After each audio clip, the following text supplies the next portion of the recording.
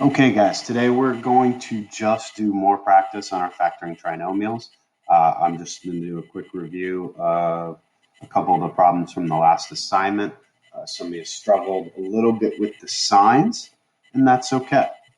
So the problems I picked, I'm going to do numbers 6 and 8. 6 because of all the negatives, and 8 just because I think it's a good problem.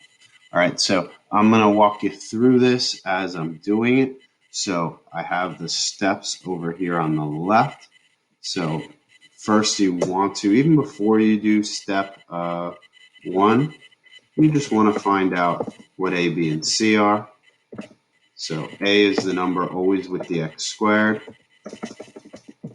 B is the number that's next to just the x. C is the number that's by itself. All right. Let's keep this a larger font. So now we're going to multiply A and C. So we have 3 times negative 14, and that's going to give us negative 42. And I love to put that in a circle. All right, let's see if I can do that.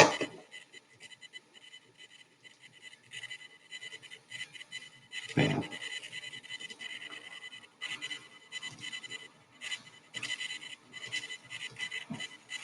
And that's going to be for step 2. That's going to be our multiply term. So we're multiplying to get negative 42. And then negative 19 is going to be our add term. Now, sometimes this takes a while, right? Especially if your basic math skills are not great, but that's okay. You just kind of work through it. You see how you're doing. And we go from there. So our multiply term is negative 42. Our add term is negative 19. So what I like to do, if I'm not sure here, is I like to run through all of our possible ways to multiply to get negative 42. Now, the fact that it's multiplying to get a negative is kind of key, because the only way to multiply to get a negative is with one positive and one negative. So I know I need to have one positive and one negative. So the ways to multiply to get negative 42 are either 1 and negative 42. The reverse of that, negative 1, positive 42. All right. 42 is even, so we can go 21 and negative 2, or negative 21 and positive 2. Now, some of you in that prefactoring skill assignment were putting both of these on there. No, there's only going to be one answer. So it's going to be this negative 21 and 2, because if I add those two together, it would give me negative 19. And if I multiply those two together, it would give me negative 42. If I try to use these two, the 21 and the negative 2, it would give me positive 19. So those aren't going to work. 7 and 6 also multiply to get 42, but we already got our answer. So we don't really need to do any more.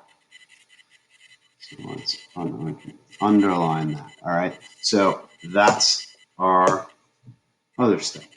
Now, step 3, we're going to break that middle term up into those two numbers, including the variable. So what that means,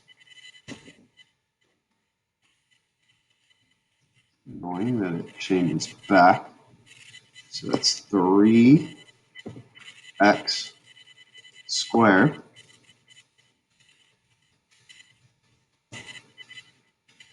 minus 21x plus 2x minus 14. Now, the order that you put these in, the 2x and the negative 21x, doesn't matter. It does matter that you have the correct sign with each, but the order you put them in does not matter. All right, so now we break these up. I can see, right, I'm going to pair the first two. We factor by grouping. Pair these two, and then take out the GCFs. So our GCF of 3 and 21 is 3. So that's right, 3 times x minus 3 times 7 times x. So what would be common here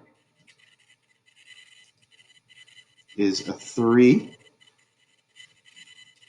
That's not good. 3 in one of those x's. And over here, excuse that my circle's not great, a 3 and one of those x's. And that's what goes to the front, whatever's common to both. So that's going to be 3x, and then inside the parentheses, what's left, what's not circled, which is x minus 7. All right, over here, I'm not going to go through that whole thing again because those circles are kind of poopy. But 2 and negative 14, my GCF is going to be 2. Right, that's 2 times 1, that's 2 times 7.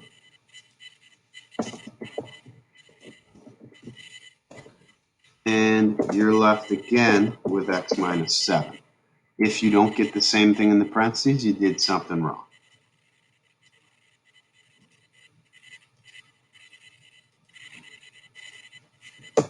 All right, then we just put together the outsides, so that's the 3x and the plus 2. So my first parenthesis is 3x plus 2. The second parenthesis is just the insides, so that's my x minus 7. And then that is my answer. I don't like it anymore. Let's try circling it, even though we're not having a ton of success with the circle bubbles. All right, not too bad. I've done better, but that's not horrible. So that's my answer. All right. If you're having trouble, just ask. Let's try one more. Now let's do number 8. I'm going to do this one a little bit quicker. I'll keep the small font because I'm getting a little lazy. That's 4x squared. No, I don't like the small font. Let's go back to 16. 4x squared plus 12x plus 9. And I'm going to factor that. All right. And I'm going to multiply 4 times 9, which is 36. So I'm looking for two numbers that multiply to get 36 and add to get 12. And that's 6 and 6.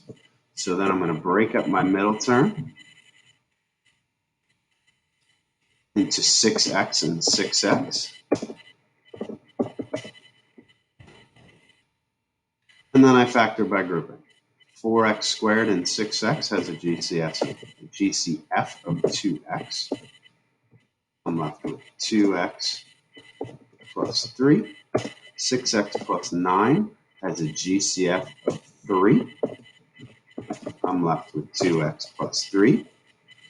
Outsides go together for our first parenthesis. Second parentheses are insides. And we get 2x plus 3 and 2x plus 3. You may or may not notice that that's the same thing. If you wanted to write it, because another way of writing the same thing times itself is squared, you could also write it as 2x plus 3 squared. All right. Any questions, just ask. You're going to do the posted assignment. That'll be due at the end of the next class. All right. Enjoy. Hope you had a great weekend.